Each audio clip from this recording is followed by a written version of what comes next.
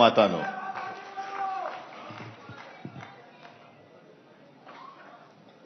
मला नाही वाटत की असं भाग्य दुसऱ्या कोणत्याही नेत्याच्या नशिबी लाभलं असेल.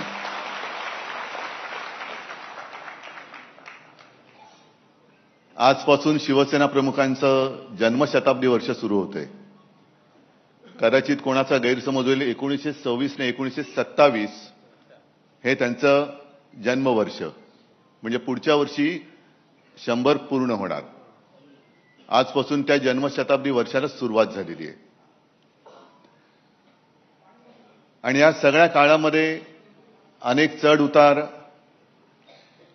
आपण सर्वांनी पाहिले, अनुभवले. मगाशी राज पण आला. आम्ही दोघांनी आमचं बालपण एकत्र गेलं.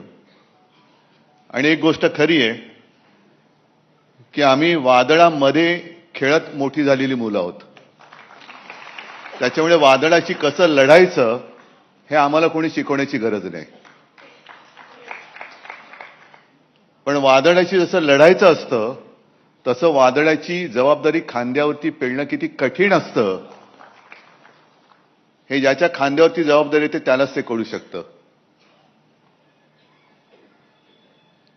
आज आपल्याशी बोलताना ही सगळी वर्ष, तो सगळा काळ हा डोळ्यासमोरून जातोय.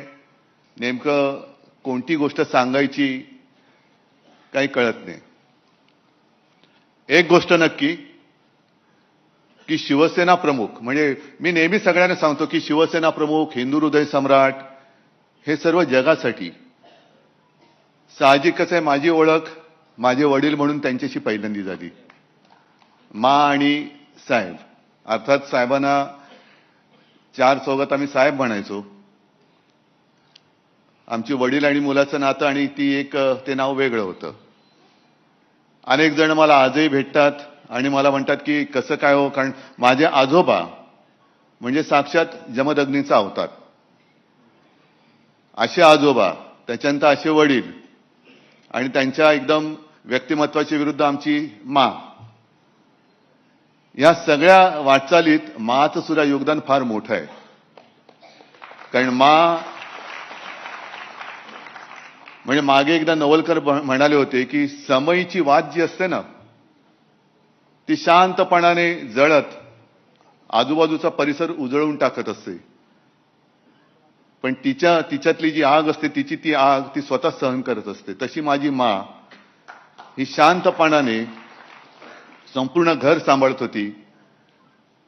आम्ही तीनही मुलं, आम्हाला कुठेही बाहेर काय चाललंय याची जाणीव होऊ न देता आई म्हणून तिची एक वेगळी भूमिका ती पार पाडत होती. त्याच वेळेला शिवसेना प्रमुखांच्या सारखा एक पती, त्याचं घर सांभाळणं, प्रबोधनकारांची सून म्हणून त्यांना सांभाळणं, हे सगळं कसं काय होतं, काय झालं काही कळत नाही. आणि मग म्हणजे मी तुम्हाला सांगत होतो की अनेक जण आजही भेटतात आणि म्हणतात की बाळासाहेब आणि प्रबोधनकार म्हणजे काय हो, घरी तुमच्या काय कसं वातावरण होतं.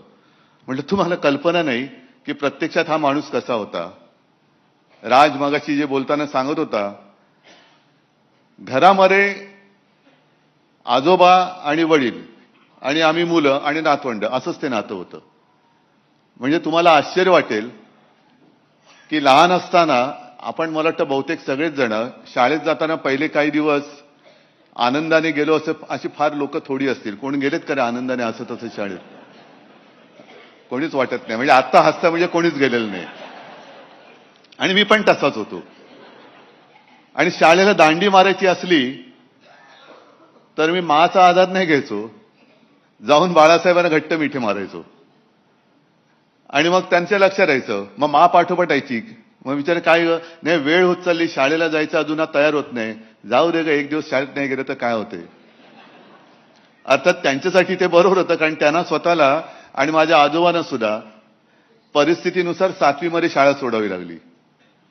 पण त्यांनी एवढे जे काही कर्तृत्व उभं केलंय की ते ठाकरे नाव पुसायला अनेक जण इकडे उतरतायत, पण अजून ते नावच पुसलं जात नाहीये.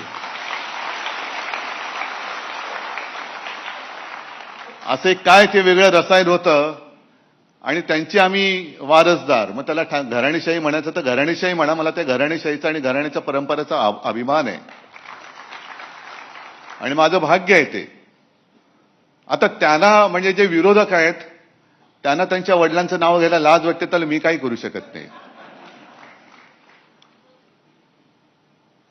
आणि जेव्हा आपण महाराष्ट्राचा विचार करतो, महाराष्ट्र धर्माचा विचार करतो, तेव्हा जर का इतिहास बघितला म्हणजे अगदी फार शिवाजी महाराज त्यांच्याही आधी जर का आपण बघितलं तर गद्दारी हा विषय का आजचा नाहीये. गद्दारी हा विषय पूर्वापार चालत आलेला आहे, तो आपल्याला एक शापच लाभलेला आहे.